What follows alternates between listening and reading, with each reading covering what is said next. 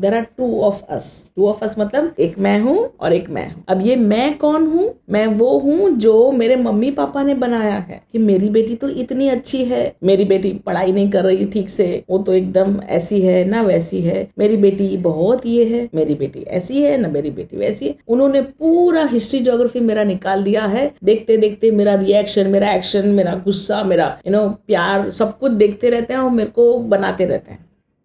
और फिर एक मैं हूँ जो मैं खुद हूँ, जो मुझे भी नहीं पता कि मैं हूँ।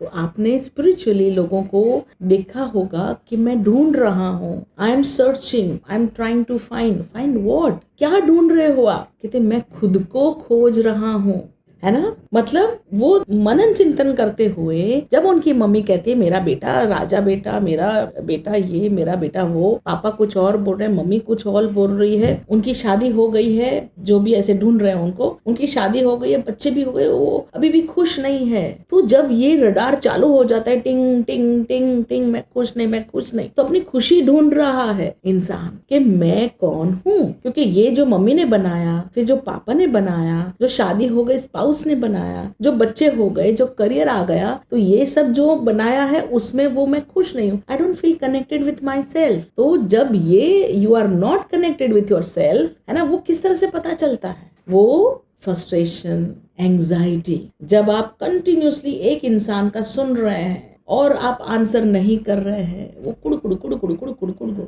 फिर आपको लगता है कि ये तो बहुत ज्यादा हो गया, फिर भी सुन रहे हैं, फिर बहुत ज्यादा हो गया, फिर भी सुन रहे हैं, टॉलरेट कर रहे, फिर एक समय आता है जब आपको पैनिक अटैक्स आते हैं, एंग्जाइटी हो जाती है, आपको घर छोड़ के भागने का मन कर रहा है, कई लोगों को सुसाइड करने का मन करता है, बिकॉज वो सिचुएशन में वो कन्फ्रंट नहीं करते हैं, वो शांति से टॉलरेट कर रहे हैं, बट ऑफिशियली वो टॉलरेट कर नहीं पाते हैं, ना इमोशनली, ना स्पिरिचुअली, ना मेंटली, ना फिजिकली। फिर क्या होता है? फिर भी जब टॉलरेट करते हैं तो डायबिटीज, ना हाइपरटेंशन, ना ये टेंशन, ना वो कोई ना कोई बीमारी के रूप में आ जाता है ना। तो ओवर थिंकिंग, एंग्जाइटी, ये सब कुछ ये इसी के कारण है क्योंकि आप खुद को एक्सेप्ट नहीं कर रहे हैं, खुद को मना करते रहते हैं। तो आपका बॉडी, आपका माइंड इस तरह से आपको मैनिफेस्ट करता है, मतलब आपकी बीमारियां जो है, मेंटल, इमोशनल, फिजिकल बीमारियां ऐसे होना, फिर रोना शुरू हो जाता है, कंफ्यूजन, ये रूम में आके बोलते हैं मैं यहाँ पे क्यों आई, फिर कंफ्यूज हो जाते हैं, रोटी बनाते बनाते खो जाते हैं, पता नहीं चल रही कितनी रोटी बेल ली, और बहुत सारे ऐसे साइकोलॉजिकल, मेंटल, इमोशनल इश्यूज हो जाते हैं, फिर फिजिकल इश्यूज हो जाते हैं। ये पूरे इश्यूज जितने भी है साइकोसोमैटिक, तो इसका आंसर क्या है? इसके दो आंसर्स हैं। एक, it is all because we are not saying,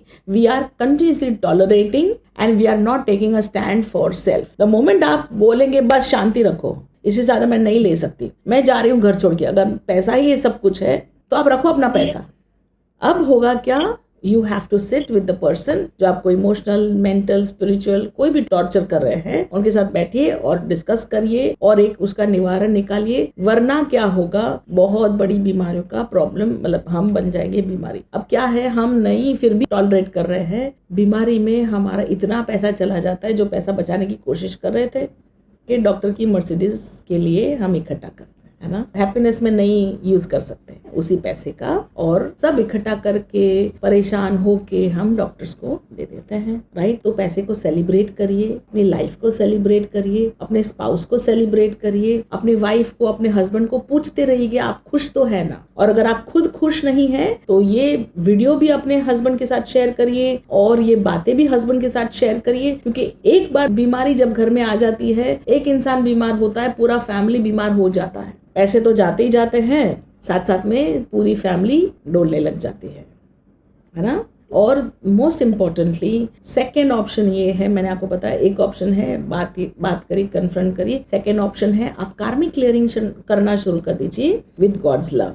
the moment आप कार्मिक क्लियरिंग करेंगे तो ऑटोमेटिकली आपके हस्बैंड खुद ही सुधर जाएंगे, हस्बैंड खुद ही चेंज हो जाएंगे, सास खुद ही चेंज हो जाएगी, मतलब वो सब कुछ चेंज हो जाएगा। क्यों? क्योंकि हमने कार्मिक बंधन निकाल दिया, ऑटोमेटिकली जो आपको एंजाइटी, ना ओवर थिंकिंग, ये सब हो रहा था, वो शांत हो जाएगा, है ना। और कार्मिक क्लियरिंग मुझे परमात्मा खुद ने दिया है। जैसे ही मेरा एनलाइटमेंट हुआ, मैं वापस आई, तो फर्स्ट थिंग मैंने किया कि मैं कार्मिक क्लियरिंग कर सकती हूँ। तो ये जो गॉड्स ग्रेस है मुझ पे, वो गॉड ने हम सबके लिए दी है कि हाँ, हम कार्मिक क्लियरिंग कर सकते हैं। इसका मतलब ये है कि अब हमें अपनी लाइफ को स्पिरिचुअली आगे बढ़ाने के लिए सैक्रिफाइस नहीं करना है, टॉलरेट नहीं करना है, दुखी नहीं करना है खुद को। हमें अपने आप को कोई भी पेनेंस मतलब त्याग भावना नहीं करनी है। अब हमें नेक्स्ट लेवल जाने के लिए सिर्फ और सिर्फ कार्मिक क्लियरिंग करना है, एंड द मोस्ट इम्पोर्टेंटली खुश रहना है।